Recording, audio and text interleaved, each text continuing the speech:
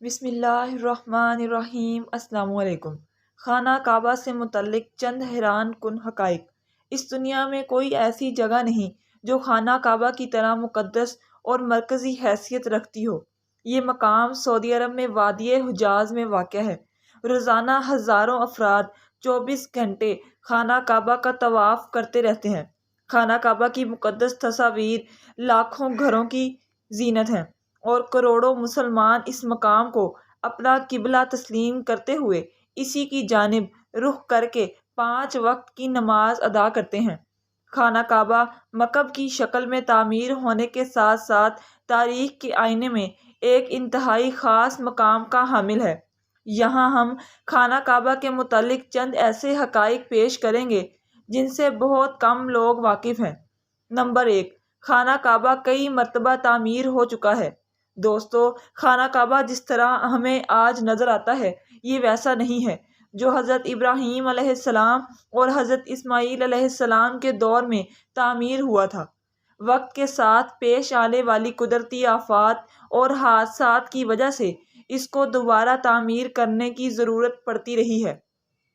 خانہ کعبہ کی دوبارہ تعمیر کا ایک بہت بڑا حصہ تھا نبی کریم صلی اللہ علیہ وآلہ وسلم کی زندگی میں نبوت ملنے سے قبل ممکن ہو چکا تھا۔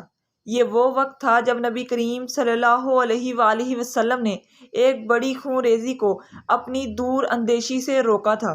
ایک بڑے کپڑے میں حجرہ اسود کو رکھ کر ہر قبیلے کے سردار سے اٹھوایا تھا۔ اس کے بعد آنے والے وقت میں کئی مرتبہ خانہ کعبہ کی تعمیر ہوتی رہی ہے۔ آخر میں خانہ کعبہ کی تفصیل سے آرائش 1996 میں ہوئی تھی، جس کے نتیجے میں بہت سارے پتھروں کو ہٹا دیا گیا تھا اور بنیاد کو مضبوط کر کے نئی چھت ڈالی گئی تھی۔ یہ اب تک کی عمارت کو پہلے سے کہیں زیادہ محفوظ تصور کیا جاتا ہے۔ نمبر 2، خانہ کعبہ کے 2 دروازے اور ایک کھڑکی ہوا کرتی تھی۔ دوستو، دوبارہ تعمیر کیے جانے سے قبل خانہ کعبہ کا ایک دروازہ اندر داخل ہونے کے لیے اور ایک باہر جانے کے لیے استعمال ہوتا تھا۔ ایک زمانے تک خانہ کعبہ میں ایک کھڑکی ہوا کرتی تھی۔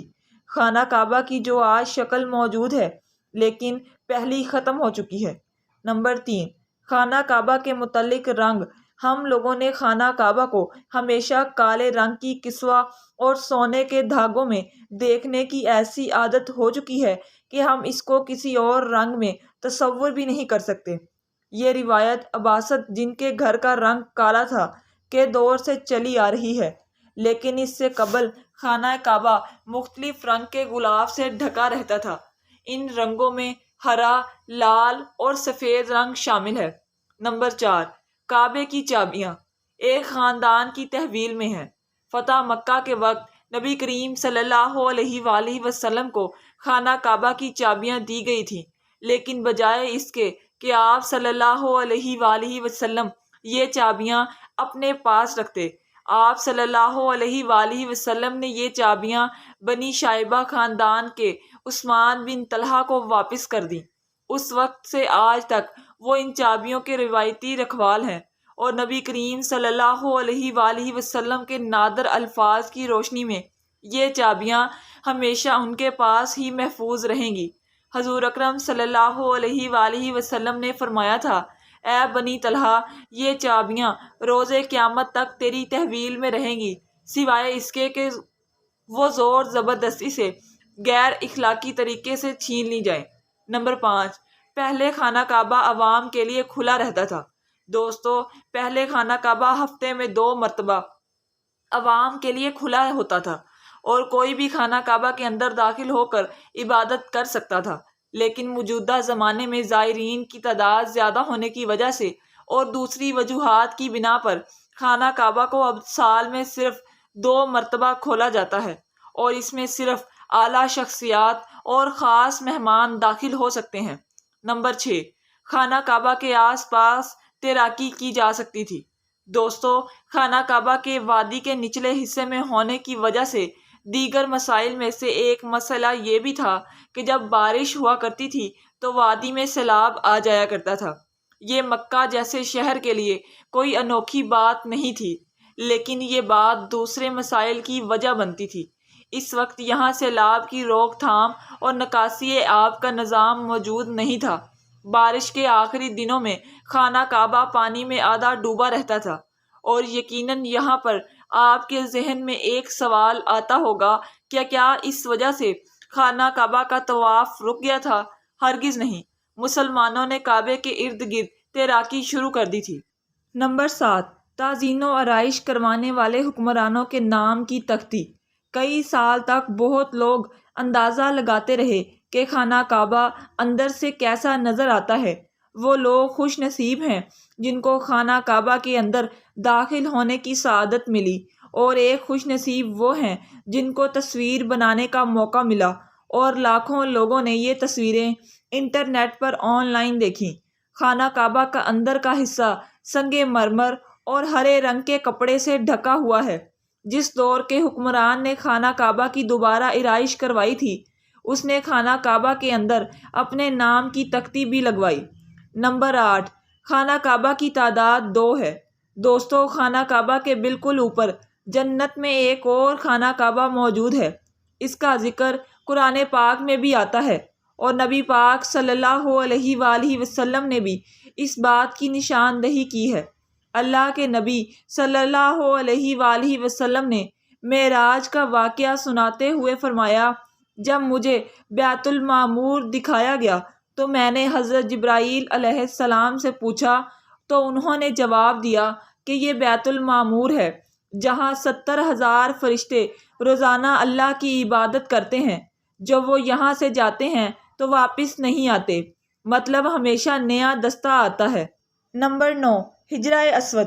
دوستو، کیا آپ نے کبھی اس بات پر غور کیا ہے کہ حجرہ اسود چاندی کے سانچے میں کیوں گھرا رہتا ہے؟